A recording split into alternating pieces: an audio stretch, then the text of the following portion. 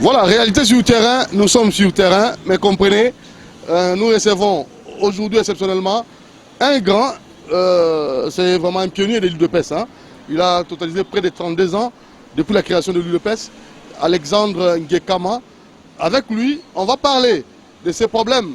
Il y a bana moto, taxi moto, et tout cela peine bana moto, aussi la taxi, moto comme taxi, interdiction à Bango, comme on a centre-ville, et aussi la condition au Bapesi Bango, est-ce qu'on va respecter Bango? Tout ça, on va ensemble avec un économiste faire des analyses, et on peut s'amakaniser avant de kende sur le terrain. Ah, peut-être là sur le terrain, mais comme M. Alexandre Ngekama, âge, poids de l'âge, avec le côté de ma pété, côté de mon abisso, Tofandi, mais tout dans le terrain. Mbote, M. Alexandre Ngekama. Mbote na yo mingi. Mbote na bino nyonso bana Congo balandi nyonso ya TV mbote na bino. CCTV. CCTV mbote na bino. Voilà, émission Réalité sur le terrain. Comment est-ce que vous avez réalité sur le terrain?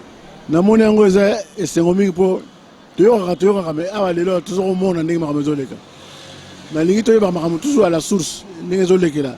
Olio tozalaka bato toyokaka koyoka kaka eza mabe te. Mais koyoka eza de bouche à l'oreille makambo eza kotransformer eza kose transformer na suka nango comme réalité mosusu. Awa siko bozomona ba réalité bino moko ndenge toza sur le terrain bozomona ba voiture ndenge ezoleka ba moto ndenge ezoleka. On va en parler dans une parole. Merci beaucoup Alexandre Ngekama, réalité sur le terrain. Merci déjà à Moron Djambé, merci à Lenka Bongo, Jean-Médard Lioso. Doudou Montier qui est là. Alors, toquez rapidement. Au Oumeni Napoto, au Sel Bamboula Boni Napoto, à UDP, ça lit plus de 32 ans, mais Napoto, Sel Bamboula Boni. Napoto, Napoto, 50 ans. 50 ans Napoto. Nakanisi 50 ans. Nakalikila Angote, parce que ça. Oui. Alors, tout le monde, comme je peux Oumeli, comme on appelle économiste, total à Makambo. Oh, et Tali Pemboka, na biso pour bosunga Pemboka avant de tambusa micro na bato ba na moto. Ba wewa.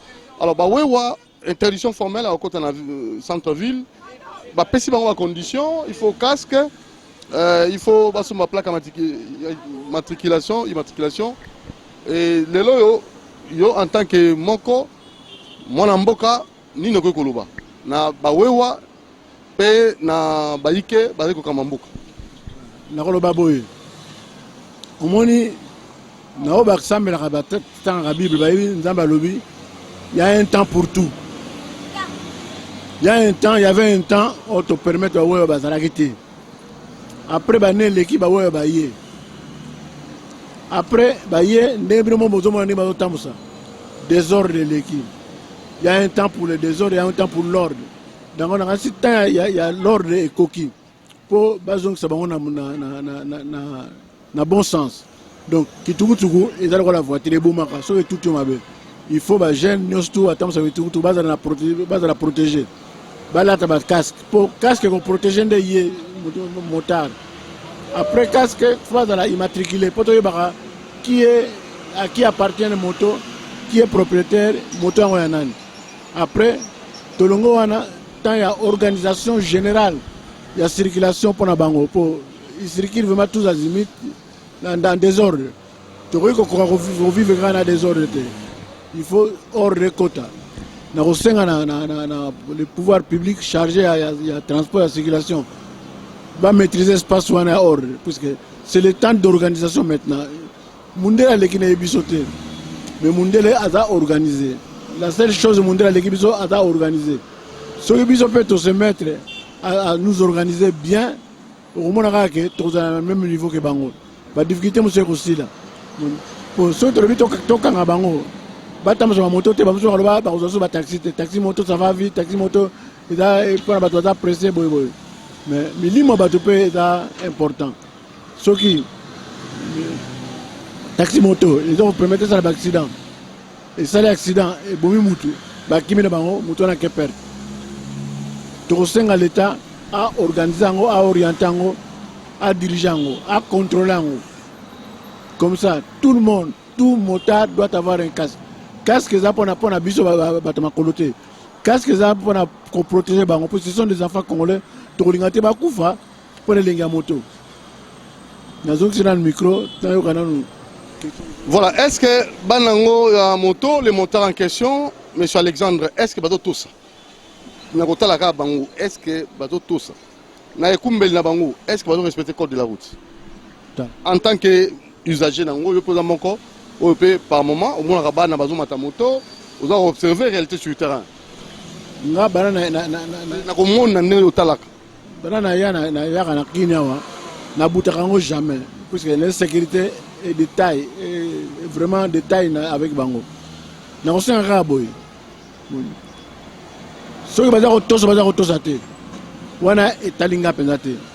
Mais c'est la loi. Tout le monde, tout est soumis à la loi. Personne ne peut vivre au-dessus de la loi. Ceux qui l'ont bibi, va voter en parlement. Alors, la loi va faire l'appliquer. Tant on va le moto, tout c'est la théorie, est-ce que va obligé à retourner. Va obligé à retourner. Va obligé à avoir un casque. C'est leur vie qui en dépend. Va obligé à avoir un numéro immatricule. Puisque tout va retourner, qui est qui. Va obligé à avoir un permis à conduire. Parce que moto est la voiture. Et Boumaka, et tout à et Boumaka, et Bébisaka. Comme bon ça. Alors, comparativement à Bamboka au fan de plus de 50 ans, ni Yogo Senga, na Bakamyamboka, na Bamota, pour amélioration salement. Comparativement à Mboka Moussou, est-ce que la chaussée, et si il faut la réglementer autrement, je ne sais pas. Et pas un abisso, la réglementation de moto et tambolara, elle est entre deux voitures. Et ça sera périphérique et ça sera autoroute sans problème. Mais sache-le bien que toi, tu as une mentalité, tu as une culture. Il y a un temps pour tout. Il y a eu un temps où on laisse passer les choses. Mais maintenant, le temps est d'organisation. Il faut tous s'organiser. Je demande pas beaucoup de choses, d'organisation pour permettre au Congo de vivre. Le Congo est un pays de la démesure, un pays très riche. Mais les Congolais sont trop pauvres. C'est misérable. C'est miséricordieux. Mais ceux qui vont s'asseoir sur une même table, selon le secteur d'activité, pour trouver une solution, pour s'organiser, puis on a besoin de l'avant. Pour nous commenter de la justice, nous avons commenter pour nous bord de la politique, nous avons se mettre en porte-à-faux dans Bangote. Très bien. Alors, merci beaucoup, monsieur Alexandre. En tout cas, tout le plaisir est pour moi. Nous souhaitons une bonne continuation dans la décision de l'analyse de monde. Voilà, toqué le terrain, tout sur là, là-bas, Mota, Bokabango, peut conclure après. Voilà. Voilà, toqué le terrain, tu as vu notre retour dans Mota, Mbote papa comme on Kams. Oui, aux a Mota, aux a comme taxi. Oui, je fais le taxi moto. L'initiative, décision, on va conduire. Pour un casque, pour un plaque d'immatriculation, pour un centre-ville. Comment est-ce que vous avez? Bon, c'est normal parce qu'on utilise souvent la route qui appartient à l'État. Alors, payer par exemple l'impôt comme la plaque, c'est un droit civil. Alors, il fallait vraiment être en ordre avec l'État. Et puis comme la mesure qu'on a pris pour les casques là, d'ailleurs c'est pour notre protection d'abord. Et puis si que moi je roule en tant qu'un montard, ce sont même les équipements même concernant la moto. Donc je trouve que tous les montards, et puis ça donne encore une bonne harmonie quand vous voyez peut-être la moto avec les casques et d'ailleurs vous voyez la plaque de matriculation. En tout cas ça donne quand même une bonne harmonie de notre ville de Kinshasa. Alors moi je trouve que c'est très bon là. Et puis si on va vraiment serrer cette mesure pour tous les montards, ça sera vraiment du tout bien. Les motards respectent-ils le code de la route? Selon vous, après votre observation, Pourquoi? Tu vois, vous voyez par exemple le montard, il n'a pas passé par la conduite automobile quoi. Alors, et puis la conduite, souvent les montards n'ont pas vraiment su à bien maîtriser les codes routiers. Il fallait vraiment passer par cette formation-là pour qu'ils connaissent aussi bien que rouler la moto sur la voie publique, c'est comme rouler la voiture ou bien un camion. Il fallait vraiment avoir toutes connaissances sur les codes routiers. Merci beaucoup. On va aussi avoir un avis. Il y a moi au père avec ça Moussala Oyo. Mbote papa Nabiso. Mbote papa. Alors au plus ça pour le nzela. Voilà. Alors tout le papa moqué. Les canissons va conduire pour au côté dans centre-ville. Il faut casque, il faut plaque d'immatriculation. Yo aux en ordre. Oui, nous en ordre. Alors les canissons on a commandé. Bon, les canissons on a pour na sepeli nango makasi. Ezali bien mais le linge ba konza ko ça elango nde komi koma mabe. Na ndenge nini? Na ndenge tout policier a commis na droit ya kokanga. Il fallait ba choisir tout ba présenter biso bato baza na droit ya kolandela makambo ngo mena ni to policier tout aza droit ya kanga biso nde loko to lingate. Bacha unité moko en place oyo eza na droit ya kolandela makambo ngo. Voire même na minute ba komi okanga biso ba tracasser. Nde loko to sepela nango te. Ça vous a la plaque d'immatriculation même vous a la casque ba okanga bino. Non non, okozala na casque boy. Babutu tellement que zo chauffer okolongola ochango ata pembeni. Ou soit tokenda sokola ba 19h aux zones. Mais du fait que bosani casque na ndako moni bakangi moto tracasserie yango nde to lingate. Est-ce que vous avez tout ça bon unité ni mo lingi ba sivé bino. Bon, unité to lingi PC ndé muto a charger na circulation. Bino ba PC bo yokananga mingi hein. La bien wana famille to sola na. Mo linga famille hein. Ouais, to sola na biso bien. Lingi bato musite mo linga famille. Bato mbulu to boy pe. Mbulu te na bino lingi ne. Batika bino tango. Avec PC to zo solo la ya tunio monsieur. Bonjour, bo solo li casque za apité mo konzi bon. Kende lo biza. On a ba unité musu. Ba unité musu ne dije mi wana bazo kango ko risque so oche mulende ba cho kraka. Baba qui on a assez à dire. Oh, c'est illégal. Est-ce que Boto sera code de la route? Tozo to ça oui parce que c'est la vérité. Ce qui au talé tambu c'est la moto na mboko yo. Na comportement na bino. Oyebita te pour na nini moto ya sala accident nde bozali ko sala penza. Papa c'est là biso to moto na okenda te. Zalaka wana. Est-ce que Boto sera code de la route? Tozo to ça même musala nyo ezanga ba exception te. Nde toza bo mutu aza na éducation azwala na famille. En plus na musala ba mususu ba yekola ba mususu ba koti bikota kota mais sinon majorité toto saka. Merci beaucoup. Voilà, alors papa Nabiso mbote na yo. Mbote apa. Comment la yo? Moi kabongo trésor. Alors les canissons ba kondi bazu ya ko imposer port ya casque, plaque d'immatriculation yo au mona ngondeni. Bonga na sepeli nango makasi. Pona biso tozalaka na ordre ya musala. Pona ba mususu bazoyiba bantu biloko. Mais bazoko saka bantu a moto. Babisu bazoko taka nanza basala accident belé makambo belé bantu a moto bazosala mais bazosangisaka baza bantu a moto bazu ba miyibi aye pa nanga na poko pesanga moto na otindelo 30 000 40 000 na PC moto ake ko bula ake ko bula te make ko yiba ko sala makambo belé yango ndikambo ya plaque na kasika ngai na sepeli nango makasi basali bien. Alors pour la code de la route, est-ce que Bozako Tosango, Maningana Atayo Moko, Tosakango, Mukolo Nazaki, Nare, Namoni, Mwana Moto, Azo Zela client, Aza na système, Yakonimba, na habité à Melaki Bombe, Tote, Aza vraiment, Nanazi client, mais Yamo qui est déjà beau. Sko, Ebele Bazo Melababiloko Ebele. Sko, ta commis na parking, et commis que parking, on est commis à Yemoko. Mususu ko kuta mutuka telemi na katikati ya prince soki amumutuka yeba yebise musoro solo bitoko tumba yeboye babiloko bazomela yango bazosala makambo wana eza biso nyonso te banto bazosala ba makambo akotelema mabe kosala désordre na nzela wana eza biso nyonso te bamususu bazomela babombe yango bazosangisa biso nyonso kana to uti ko yamba muninga na yo alobi bazala besoin bazala na unité moko oyo ça la contrôle. Est-ce que yo likanchuna nini? Ya préféré ka ba roulage ne ba contrôler bino. Bon, nga na sepeli nango makasi ko ba roulage baza ba miyibi. Okozala na elo sepeli ba roulage to sepeli na ba ndeko biso jebi hein. Bon, na sepeli na bango na ba roulage te.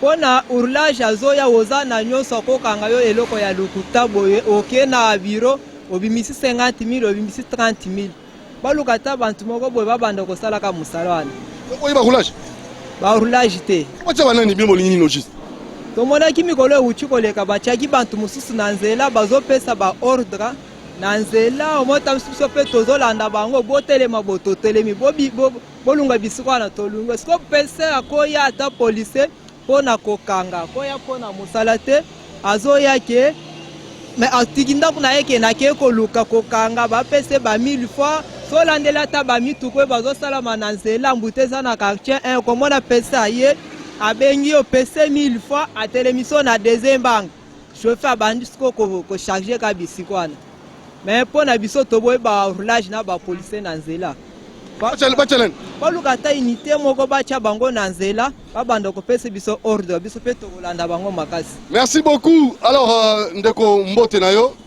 ndeko journaliste komona nani komona mboma mboma réalité sur terrain to bango moke likanisi oyo bakondi bazwi ya kolata casque port à casque na plaque d'immatriculation obligatoire ndeni omoni yango est-ce que bazali kotosa totosango tozotosango tosepeli kutu na idée oyo abimisi mais sikoyo moi complication mo ekotisa casque mati casque komi $25 $30 sikoyo oyo biso tosalela oyo bakomi boya yango bao eza casque te so ke na ponga be babotola bapanza sikoyo totala obimisa ni casque ndeni ya boyo bamarke oyo sikoyo oyo komi $30 $25 sikoyo oyo osoma ngo 9 000 10 000 bao baoboya yango sikoyo finalement balukela biso na solution na place na pour bascasque donc tu comprendre te bameka na kobongisa bazwi likanisa bien mais babongisa place wana. Alors différence ya casque na ye na ya yo eza nini mbote na yo mbote papa différence ya casque ya ye na yo oya yo wana eza ya bamaçon bamaçon comment est-ce que on a ta casque bamaçon papa mais siko babengo casque comme nango casque elobi teke bamaçon te comme nango ne casque babi tolata bacasque tolati bacasque eza maçon te papa naza maçon te mais comme nango casque maçon azotonga étage à 10 niveaux alati yango menga we wana alati ya mabetia ya casque etiki baespace azo okwei te mupepe baoyo eza kobelisa mutunere ebelisa banere manere makasi neti bamoya boye fu mutu oyo ezwama mupepe po tala kaka. Alors yo lobi nini yoka ye oyo eza casque bamaçon ebino eza casque eyotia mulunge banere eza erreur na bango te wana ezaka casque malgré tout mais eza casque bakondi nde basala mabe oui basala mabe mpona nini casque so otali casque po protéger babeni basala babriske biso makambo mbala moko sombi oza babriske na nini oyo $32 wana casque $30 esali combien na mbala moko olingi bolekela botambola na leta na nzela leta ofele bofuta eloko te te tofutaka kitance 500 chaque jour ezala mpona nini kitance tosombaka ya 500 wana ezala mpona nini olingi casque te olingi ozala protéger te eza ye nde ezomonana nde te mpe eza cher ekomi rare eza rare na kati ya mboka oyo bateka yango place nini na talo mokie te na talo ebele na mbala moko toyimisa $60 eza ebele papa mbote na yo mbote tata olobi nini ngai nalobi vraiment toza na besoin ya kosomba mikanda nyonso ndenge nyonso bakoloba wana toza besoin tosala yango nyonso mais susi eza nde casque yango nde ezomonana te baoblige boyo batekelaka biso bamoto batekelaka biso na casque mbala moko ekozala na yango mpe bien awa tozoluka na baboutique na bamaison bacasque yango ezomonana te soki olati mpe te bakangi yo mpe mbala moko batekelaka biso na bacasque na moto problème eza te père eloko tosenga balobi tosomba baplaki totosi bango tosombi baplaki mais c'est problème eza nini mpona makambo ya casque ezomonana te casque ekomi 60 000 70 000 tosombi te bacasque oyo bachantier tolata soki na passe oza maçon te papa non mais c'est bien si naza maçon te c'est bien si mais casque ezomonana wana komi maçon mais casque ezomonana te yo tosanga bakonzi ya mboka na gouverneur atele biso likambo oyo na nani mo général Kasongo mpona bapolisier na ye mpe bakomi bikangakanga vraiment tokoka vraiment te aluki biso solution otambola casque te bakokanga yo kaka père casque emwana te eza cher mbongo eza te bana kotambola ofele ti wapi père totambola te mikolo nde basengi ofele te mais mbongo nde papa eza te osomba bacasque papa nanga likanisi omona nde eza ba idée moko eza bien mais faut pas respecter kaka oyo l'état lobby ndé ozala bien moi bandela so ya moto pe bato sapé ndé ozala bien. Voilà. Alors c'est là nous papa na biso aloba ya boye pour la rebatela ngai na koloba boye bandeko na biso ya moto etant que basomi ba casque basomi ba plaque ba respecter ba norme ndenge basomeli biloko wana po te ba bi o basalaka o bazali na ba bi basala yango susu te ya kotumbaka nini ya bato po misu bazali bazui ba casque bazui ba plaque lokwa to comme ce qu'on a force koleka to kolinga su biloko wana susu te. Merci papa likamba kotumba biloko batu accident salami kotumbi mutuka batu likambo wana biso sala biloko wana te ya kotumba ba biloko batu wana to sala yango te problème ezaka nde likamba ba casque oyo ba obligé biso na ba mikanda oyo plaki na autorisation de transport naza nango naza na carte rose na permis na casque ezali plaque ezali autorisation de transport eza siko roulage yo yao obando tu nanga ba mikanda musu ya lokuta wana to oyokana te po nyonso te ezali o basengaki tosala tosali yango esali bango na soni nyonso tu tosali to esu na problème te na nzela tobula kitoko circulation normale tout ezali normal rond-point Ngaba oyo kozwa Bitabe oyo kozwa Pascal Kingasani asuka Matete bayo kozwa na Kingasani asuka bakecha siat pembe na commune ekangaka ba moto oyo kozwa Pascal bakangaka ba moto omona bakitanso nyonso tosombaka nyonso plaque ezali chaque jour tosomba mais so commune na Pascal okito matatoza nordre ba okanga okaka na Bitabe na se a pont poni mo mataka so le muto te to mataka te ekoma o boye to mataka te na se ya Bitabe wana ba roulage na bazalaka na to ebite voilà olobi ni o mataka so le muto pona nini na mataka na matalikolo popo na bangaka na se le ka tracasserer l'équipe makasi d'abord interdiction formelle en mataka so le mouton. Bon, tu es déjà bon, tu as dit que infraction, mais tu as banga na se pour na tracasserie. Pour l'autorisation de transport na bango, et ça la limite quand na tiang autorisation de transport wana to e bagango na commune na chassa koto te. Koto to e bagango to e suka kana manjili na ba quartier ya suka kuna. Koto na ville to e biango te. Comment est possible to e bango ndenge nini? Ba bukumese wana il faut ba non problème ya autorisation de transport wana e uti wapi?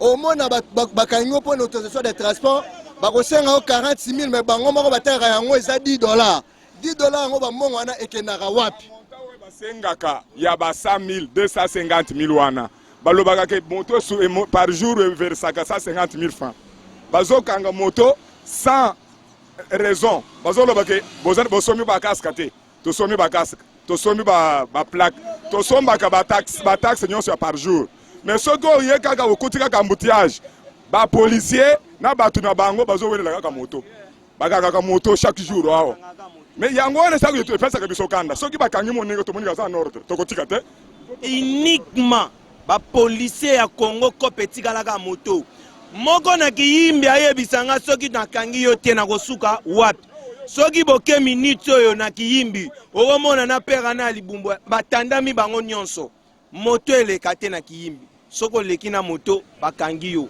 atoza nordre te bakokosela yo nga napesi plaque napesi permis na nga napesi autorisation de transport naza na carte rose yoke eloko bazokosanga ekomi kaka o mauvais stationnement mais nga na telemi na nzela ayebisanga mauvais stationnement donc ko petikali ka yango wana bon esenga il faut l'état zwa disposition mpona bapolisi oyo babengi mbata na ujana bazokanga na désordre minute oyo soki bolongwe boke ata na poids lourd bomona événement to bokofanda quelques minutes botalaka kaka na misu ndenge bazokanga papa oyoka ata mawa.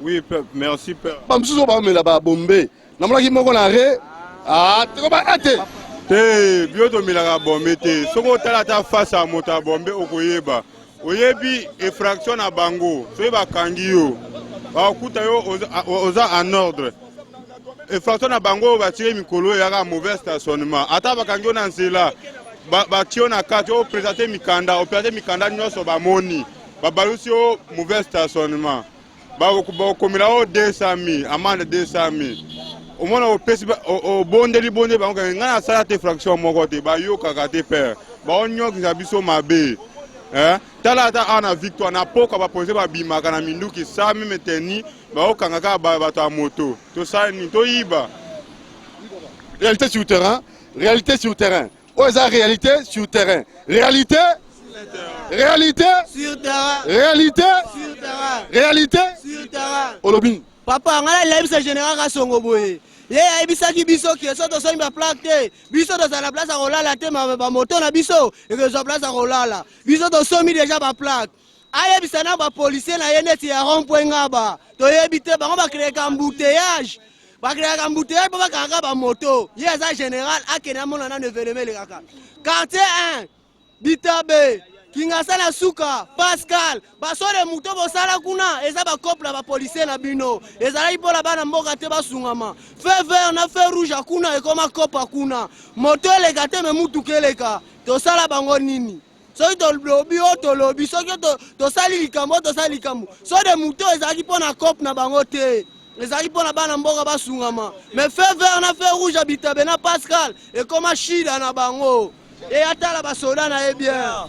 Ngala ebisa na général ayoka oezoleka na mboko oyo biso to ba jeune ba misusu nde to na kopa moto bazala batu mabe batika kopa mabe bakoma na bango na moto mais siko awa kanga moto tika mutuka pona nini kitance to sombaka pourquoi na biso nde abo biso ba misusu to obula na moto ya defa moto eza yote meta mutu akangi yo boye akangi azo sengo au délai ya mbongo okuto bula na moto te asengo 100 000 omona wana 100 000 te siko aluka azo yo mbongo nyonso tango yebise zo 5 000 zo 10 000 alingi te ekomi kopa awa na ebite soki na lwa nini na ponga bi awa na ba roulage kutu ko mwa muke ko limbisa bazo wela mutu na maboko boye na contact azo ya mbangu na moto bazo wela soki accident na mutu na kufi na batu bokoloba nini ba policier ba komisi sida mutu amema 3 personnes ko kanga na ebite so na loi baloba ke mutu soki amemi 3 personnes il faut bakanga ye na yebi yango te bata guitance kokanga bata plaque kokanga to sombi plaque to sombi ba casque nyonso tout donc finalement to yeba te ezanine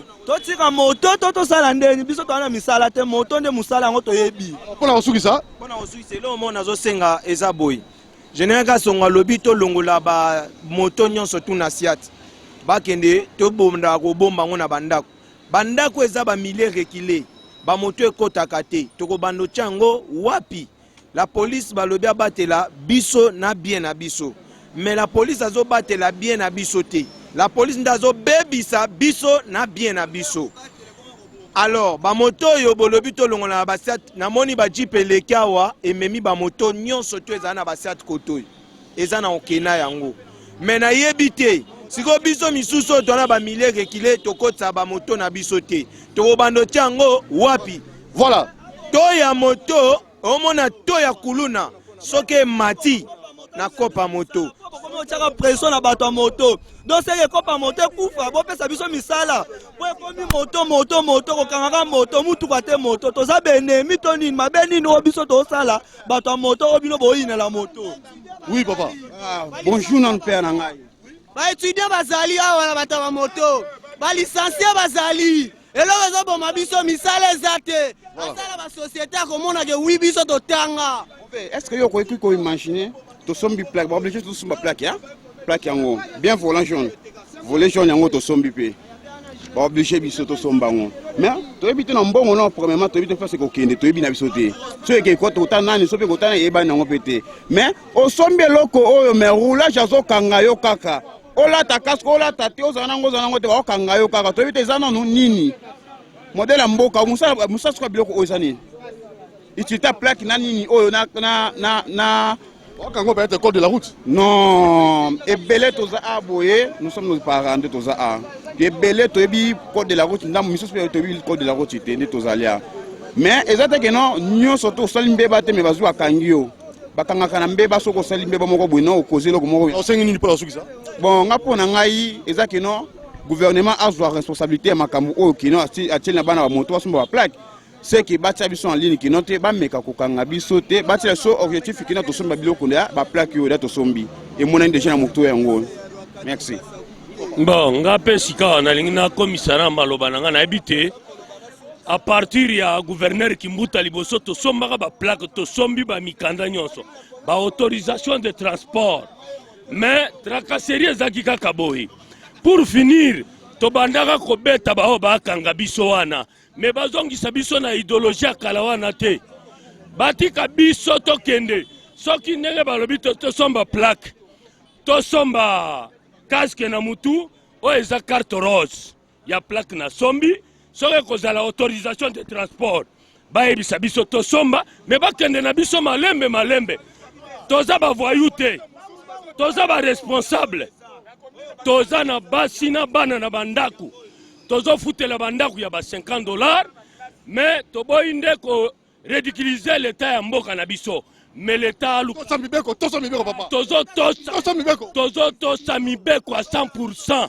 Mais tolobi boye na pouvoir ya fachi ata balobi to somba plaque ya poche tokobamba yango.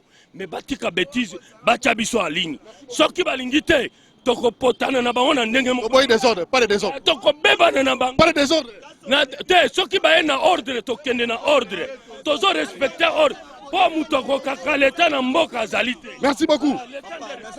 En tout cas to commis oui, toko eloko na zotuna awa.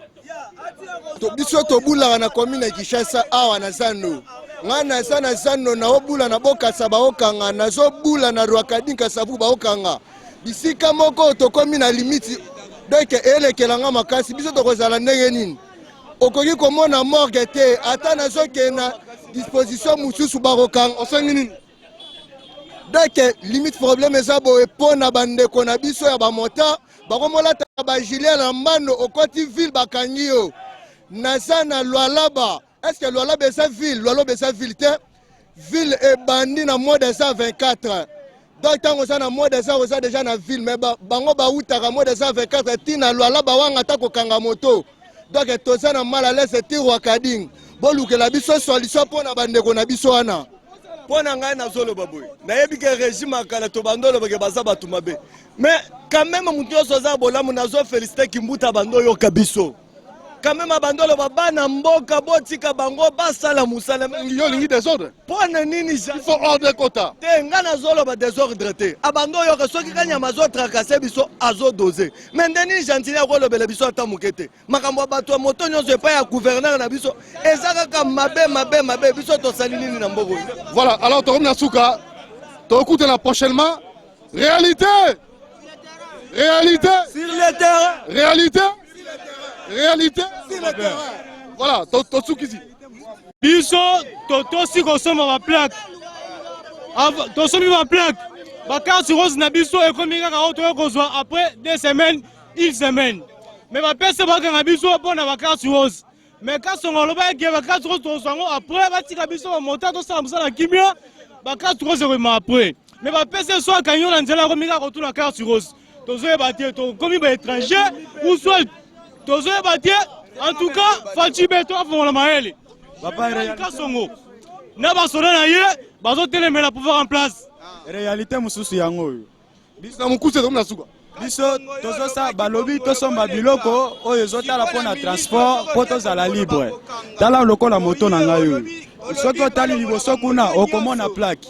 soki otali nsima kuna okomona autorisation de transport naza na casque naza na carte rose permis de conduire eza mais nazoya na nga na bala moto ozomona baroulage batelemi na nzela batieli yo maboko boye bakangi yo bakomeli nga babiki awa bakangi nga nde nazoyebisa bango lakisa carte rose nalakisi lakisa permis nalakisi o bazosenga biso mbongo tozoexplike bango bamioloba biso biso tokolia bacarte rose na bino tokolia baplaki na bino ubie nini sikoyo wana tozosenga na biso na leta batala makambo wana soki biso mpe tobandi désordre bazwa biso bana mabete. Voilà, alors merci beaucoup, à la prochaine occasion. Réalité sur le terrain. Réalité sur le terrain. Voilà, alors c'est cette TV, Doudou Montiri, où est la réalité c'est cette TV, c'est cette TV. C'est cette TV, réalité sur le terrain, Doudou Montiri. Voilà, alors Bolandi, comment est-ce que motard, pesi makantina bango et Torosu qui ça na professeur hein? Et je crois bien on a pu à roter la souka on a eu les différents avis des motards Alexandre, ils se plaignent, ils sont en ordre par moment, il y a des tracasseries qui continuent, les roulages qui par moment, bazar hôtel Misabango, même si bazar en ordre. Justement, pour que ces motards-là obéissent à la loi, il faut que nous, la loi, nous soyons aussi à la hauteur de leurs besoins. Donc, moi, je demanderais seulement qu'on réorganise la sécurité routière, le transport de personnes et de biens, pour qu'on puisse avoir un pays sain, avec un transport confiant, et non pas de tracasseries pour rien. Aux jeunes motards, je leur dis, je les vois venir. Les casques, ce n'est pas pour vous punir. Les casques, c'est pour vous protéger. Ça serait pour vous un moyen de protection contre tout accident et contre aussi tout dérapage. La loi, c'est pour tout le monde. Il faut que tout le monde soit soumis à la loi. Il ne faut pas qu'il y ait un certain cas de vie des gens qui vivent à l'extérieur des décisions de la loi pour ne pas qu'on avance. Il faut loi à moi surtout. Et il faut respecter les normes de l'État. L'État est bangote, l'État est habitué à surtout. L'État est l'État. Donc, merci encore la chaîne TV, quitter le terrain, va faire savoir quelle est l'idée, il y a plutôt des motards, ils pensent à des décisions, est-ce que les mais la moni pour nanga casque fait à la homologuer dans la terre n'importe quel casque. Le casque nous va à chantier il y a bâtiment. Il y a un autre moto qui garder moto. Faut casque homologué pour tout le monde avec un prix abordable pour permettre de casque. Merci. Merci professeur Alexandre. Merci, à la prochaine occasion. Vous avez suivi Réalité sur le terrain, Doudou Montiri. Si vous voulez nous appeler, toi qui es dans le terrain, toi qui Bengana plus 243 89 61 52 634 plus 243 89 61 52 634. Toi qui es dans le terrain, Doudou Montiri Moron Djambé et Alain Kabongo Jameda Liwoso, Ermac Topensio Mbotetro et pourquoi pas aussi nos exploitants Bruno Ndinga, Dieu merci qui fou, Fiston Atunga et les autres, la Bodissou Dani Nanyola Zalagayo qui s'abanjolo. Alors rendez-vous prochainement, respectons la loi est dure mais c'est la loi et aussi donc ceux qui pensent qui ordre bolanda ordre wana bolanda nzela bo tracé bato to sango et se conformer à la loi c'est plus facile et ça va aussi vous protéger. Ciao.